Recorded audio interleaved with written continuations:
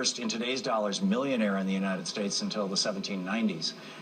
Those guys were well off, but they were not like, they were not like today's billionaires. What would your remedy be for the, things like Shelley Adelson, not to make it personal, but kind of bragging about investing in a candidate for president of the United States, saying, this would be good for my business interests. How do we deal with that? Because that's an individual, even though they use the corporate form to make those billions. Well, in a libertarian society, government is so minimal, there is no reward for buying government because they can't pass out favor. There's no military-industrial complex. There are no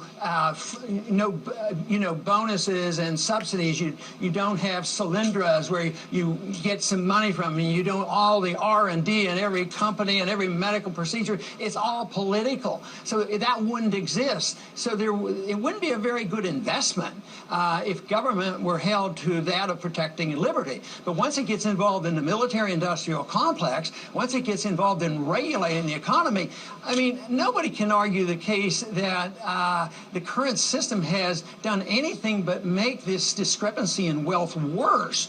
But there's a lot of other things going on, too. Just the fact that you destroy money, you always destroy the middle class. If you study any monetary history, you destroy money, you'll destroy the middle class, and the rich get richer.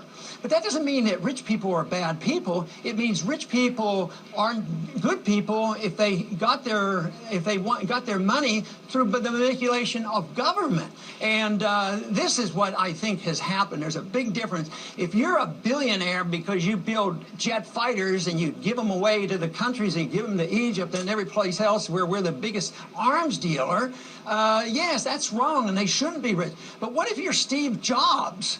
What if you produce a product and he became wealthy because you and I voted for him? This is pure democracy, is you get to vote for a product, and that will determine profits, it determines wage levels and everything else if somebody gets wealthy this way. But to put everybody together and say that if they're wealthy on their own and the people voted to give them their money and it was all voluntary, that is a lot different than people getting wealthy because they are on the inside track of the Federal Reserve.